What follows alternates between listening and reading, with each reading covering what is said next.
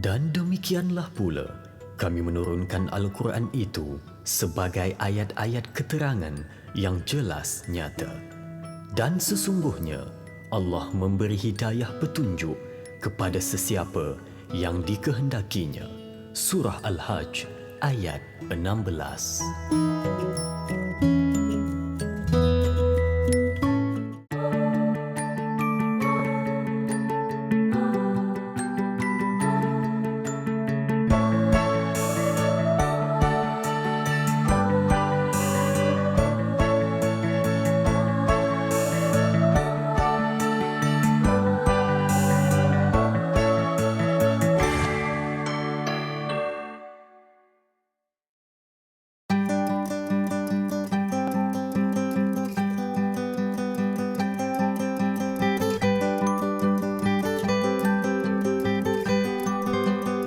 Nama saya Muhammad Noor bin Ismail, lebih dikenali sebagai Kino.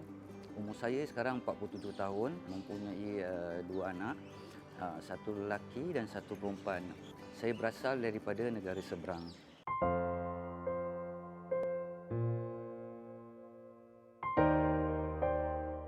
Saya mempunyai 13 orang adik-beradik termasuk saya. Saya yang second last, yang nombor 12. Dulu kami tinggal di sebuah rumah yang agak kecil. Arwah bapa saya ni bekerja sebagai seorang pemandu teksi. So selalunya arwah bapa akan bawa teksi daripada pagi sehingga ke lewat malam. Jadi masa saya tu untuk dengan family tu memang jarang sekali. Jadi ketika umur saya 9 tahun, saya mula bercampur dengan kawan-kawan yang tinggal di daerah sana. Tempat saya tinggal tu memang hot lah dulu. Jadi walaupun saya ni masih kecil lagi, tapi teman-teman yang saya bergaul tu ada yang dah berumur, ada yang masih dah abang-abang. Jadi daripada sana tu saya pelajari benda-benda yang tak elok tu memang banyak lah.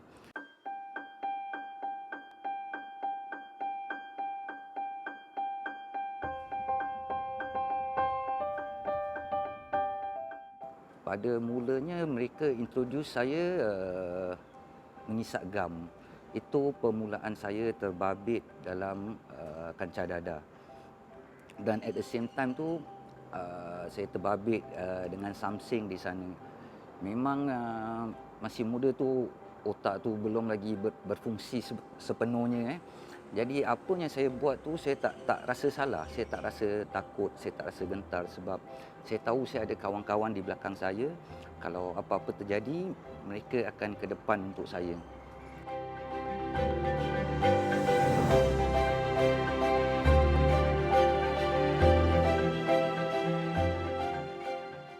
So daripada mengisap gam tu, mereka introduce saya kepada ganja, sleeping pills, arak. So hidup saya tu memang macam gitu je. Kalau pergi sekolah pun ikut suka hati saya. Saya suka saya pergi, saya tak suka saya cabut. Even di sekolah tu pun saya jadikan pot untuk mengisap ganja. So waktu tu saya masih sekolah, jadi saya kerja part time cleaner untuk mencari pendapatan lebih. Jadi lama kelamaan tu mereka introduce saya pula, daripada mengisap tu mereka kasih saya lubang macam mana untuk menjual, untuk mencari pendapatan. Hidup sebagai seorang samsing ni memang kita tak tahu apa tu arti menyesal, kita tak tahu apa tu arti takut. Sifat kedegilan tu memang tebal lah dalam hidup kita.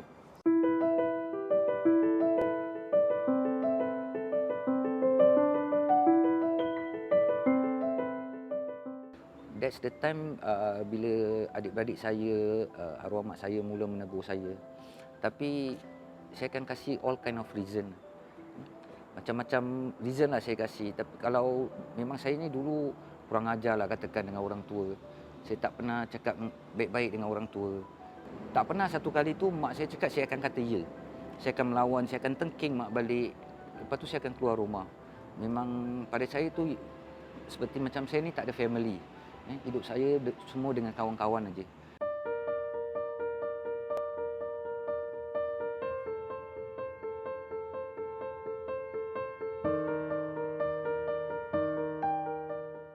kalau kita dah heavy usage, kita isap sekejap aja, ketagihan tu akan datang lagi.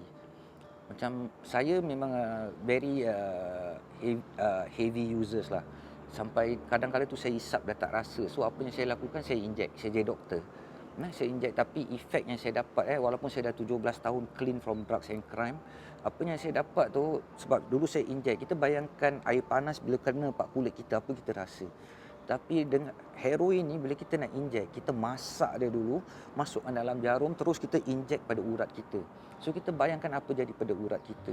Jadi efek yang saya dapat sekarang ni, saya dah tak boleh angkat barang berat. Kalau macam saya angkat barang berat, sekejap je tangan saya akan rasa lengur, semut-semut. Saya akan terpaksa lepaskan tu barang. Tu one of the effect yang saya dapat lah.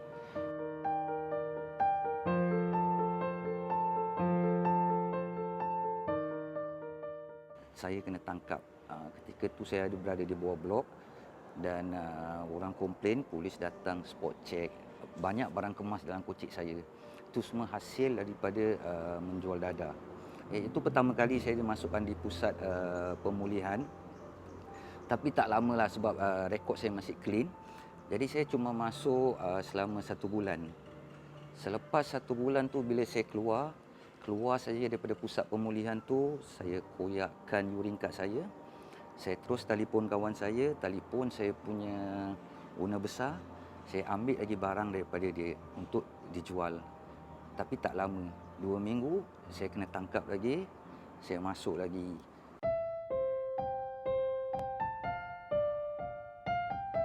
Selepas tahun saya keluar, sama juga. Hari yang pertama saya keluar tu, saya mula lagi. Saya jual lagi, saya isap lagi. Lepas tu saya abscond daripada urine selama 3 tahun. So dalam masa 3 tahun tu, kerja saya tu cuma pakai seperti orang pakai pergi ke office dengan tie, dengan apa, bawa beg James Bond.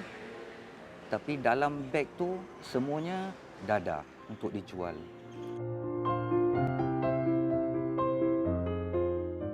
Pada tahun 98 saya jadi semakin teruk. Memang saya tak kenal apa tu agama, saya tak kenal siapa tu Allah. Hidup saya hari-hari saya hanya minum arak. Pagi, petang, malam minum arak. Saya duduk di rumah teman saya, dia bukan orang Islam, yang memelihara anjing. Anjing tu saya buat macam kucing. Hari-hari kerja saya tu, pagi saya bangun pagi, buka sarapan, tapi sarapan saya tu adalah arak. Selamatkan isteri dan anak saya. Dan saya janji, saya tak akan tinggal solat.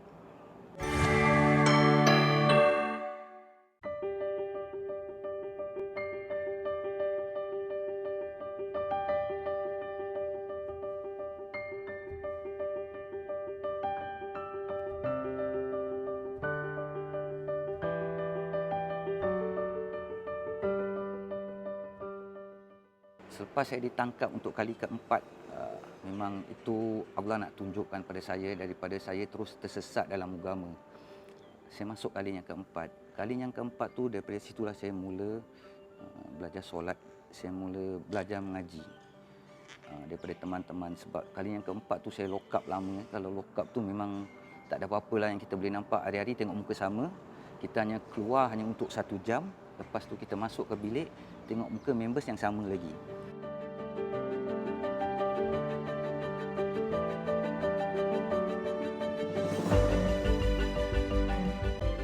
Satu hari tu ketika saya belajar mengaji, teman saya dia membaca Al-Quran dan dia suruh saya membaca tafsirnya. Surah yang dia baca tu surah Ar-Rahman. Saya baca tafsirnya, memang tiba-tiba tu perasaan satu macam masuk dalam hati. Rasa menyesal. Rasa seperti Allah ni kasih kita banyak nikmat, tapi kita salah gunakan. Daripada situ memang ada tu niat ingin berubah. Saya tanamkan niat yang saya ingin berubah.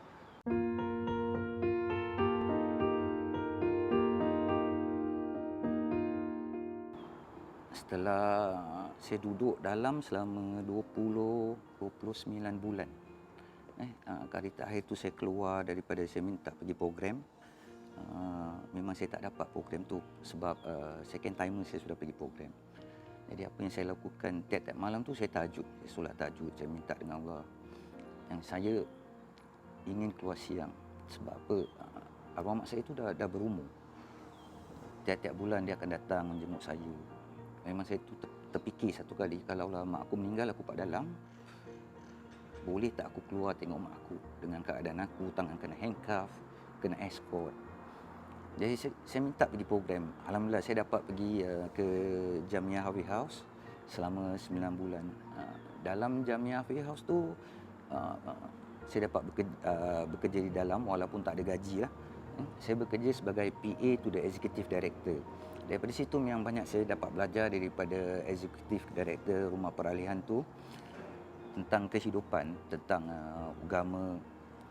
Jadi apabila saya keluar daripada Rumah Peralihan tu, terus saya cari kerja.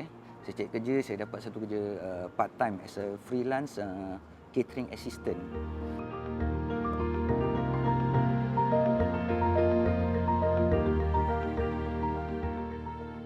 Pasal di dalam ni bila kita masuk, kadang-kadang bukan kita menjadi lagi baik, kita akan menjadi lagi buruk. Sebab apa? Pergaulan kita di dalam, macam-macam orang kita jumpa apabila di penjara tu. Jadi saya terserempak dengan salah seorang teman saya. Memang dia tauke besar lah, dia bukan jos, dia terus will. Jadi apa yang dia offer pada saya, dia cakap dengan saya, kau ambil dulu, kau pakai dulu, dah habis kau bayar, nanti aku kasih kau shipment baru. Daripada situ niat saya yang nak berubah ni tak menjadi. Saya patah balik kepada menjual dadah.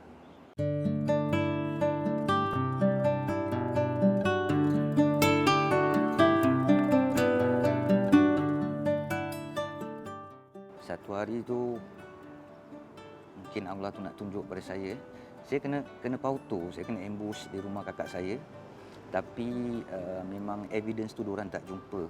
Yang apa yang diorang dapat hanyalah urin saya positif. Saya kena hantar ke pending selama seminggu sementara menunggu ujian air kencing saya. Selepas seminggu number saya meletup, diorang panggil kuda lari lah. Okay, number meletup, saya keluar daripada pending tu, terus saya kena handcuff, saya dibawa ke police station di mana supervision saya kasih saya warning. Dia beritahu saya kalau tak ada angin tu pokok tak akan bergoyang. Jadi dia cakap kau hati-hatilah, jaga diri baik-baik. Jadi apa yang saya buat tu, pasal di dalam pending tu memang saya sudah berfikir, memang saya niat lagi bahawa saya ni ingin berubah. Saya tak nak nanti bila saya tak berubah, hidup saya akan ketua sampai gitu mungkin saya akan ditempatkan di rumah orang tua-tua. Dan saya inginkan kehidupan yang lagi baik. Saya ingin mencari rezeki yang halal. Dan ketika dalam pending tu selama 7 hari tu memang terlintas di hati saya berfikir saya telah cuba ingin berubah tapi saya tak dapat berubah. Dan saya teringat satu ayat Al-Quran. Allah berfirman bahawasanya Allah tak akan merubah hidup sesuatu kaum itu kalau dia tidak merubahnya. Daripada situ saya fikir kalau saya tak cuba ingin berubah, macam mana saya nak berubah?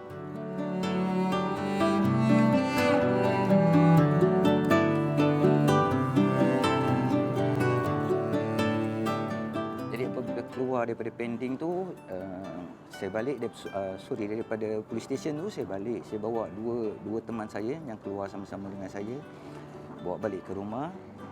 Saya ambil barang tu, terus saya flush. Sebab itu kalau evidence yang mereka jumpa tu bermakna habis lah. Saya akan ke tali gantung.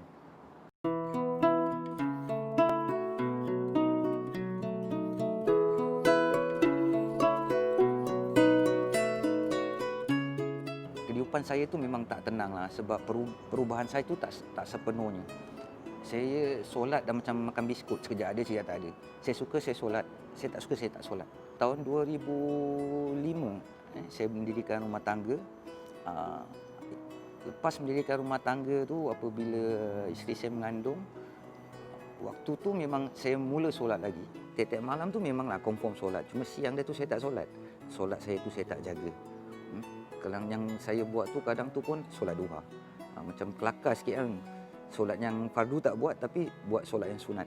Tahun 2008 saya berhenti daripada pekerjaan saya sebab saya nak concentrate pada bisnes saya. Waktu tu the sales turnover memang shoot up very fast.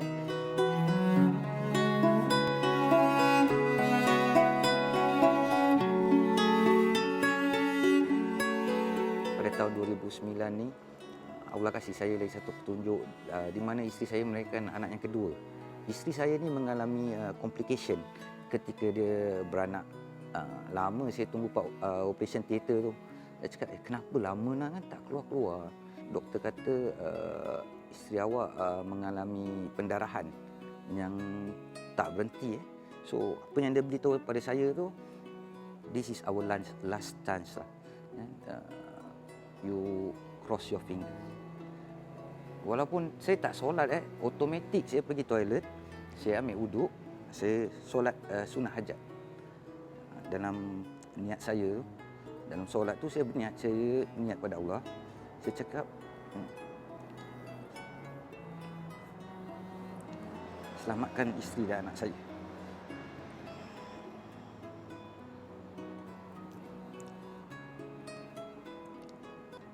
Dan saya janji, saya tak akan tinggal solat.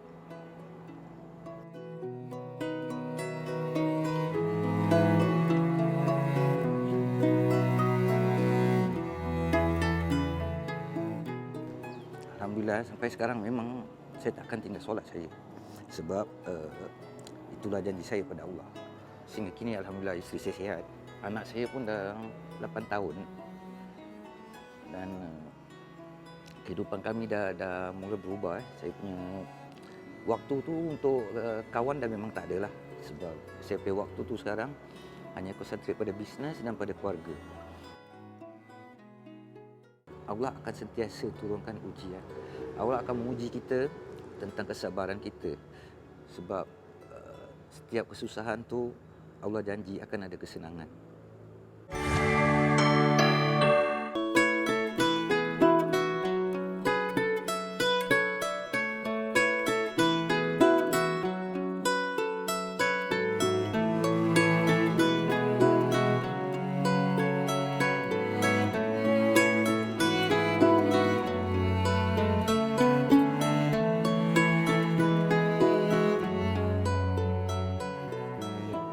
Arwah bapa saya meninggal tu ketika tu umur saya 13 tahun. Kata orang tu masih lagi baru-baru jahat. Memang saya tak peduli. Bila waktu arwah bapa nak meninggal tu memang saya ada kat rumah lah. Saya tengah tidur, arwah mak saya kejut. Cakap, bapa Nazar. Saya cuma datang duduk sebelah dia. Saya cuma tengok. Lepas tu bila dia mengembuskan nafas yang terakhir, pada saya macam tak ada feeling. Sebab saya tak ada ikatan kasih sayang antara keluarga. So saya memang tak peduli. Lepas tu cukup time, saya dah ke bawah. Saya dah jumpa members. Apa yang saya tahu, lepas ke bumi, habis-habis lah. Bapak dah matilah. Tapi lain bila saya dah mula berubah, bila arwah mak saya meninggal pula. Memang saya tak jauh daripada jenazah dia lah. Sampai ketika mereka nak kebumikan tu, saya beritahu imam, saya beritahu imam, jangan masuk arwah mak saya ke dalam liang lahat selagi saya belum sampai. Sebab saya nak masukkan jenazah dia sendiri.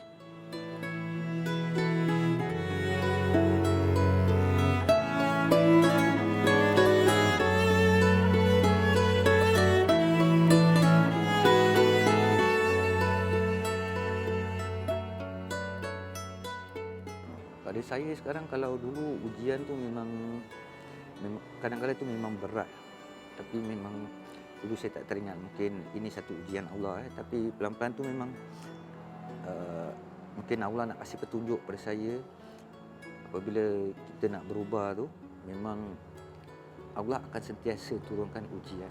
Allah akan menguji kita tentang kesabaran kita. Sebab setiap kesusahan tu Allah janji akan ada kesenangan.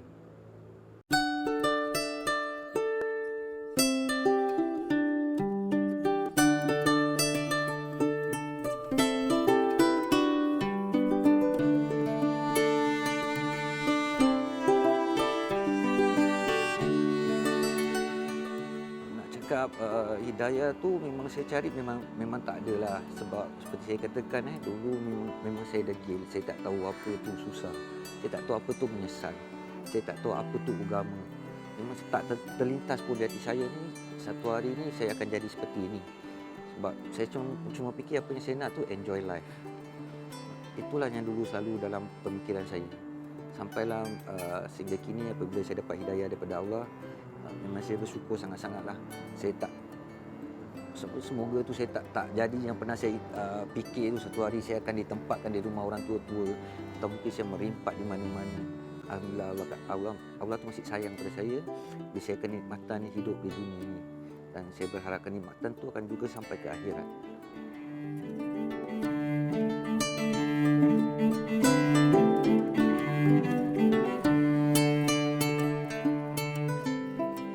Jadi kalau selalu lepas solat tu apa yang saya doakan tu, semoga Allah ampunkan dosa-dosa, bukan saya dosa-dosa saya, tapi kedua orang tua saya, isteri saya, anak-anak saya.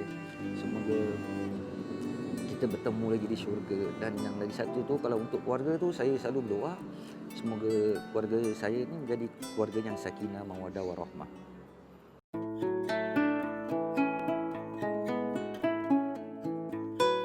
Kita ni boleh berubah. Kesilapan tu datang daripada diri kita, bukan daripada orang lain. Jangan sekali-sekali menyalahkan orang lain. Kita muhasabah diri, kita tengok cermin, kita fikir. Memang kesalahan tu datang daripada kita. Salahkan pada diri kita sendiri dan yakin yang kita ni boleh berubah.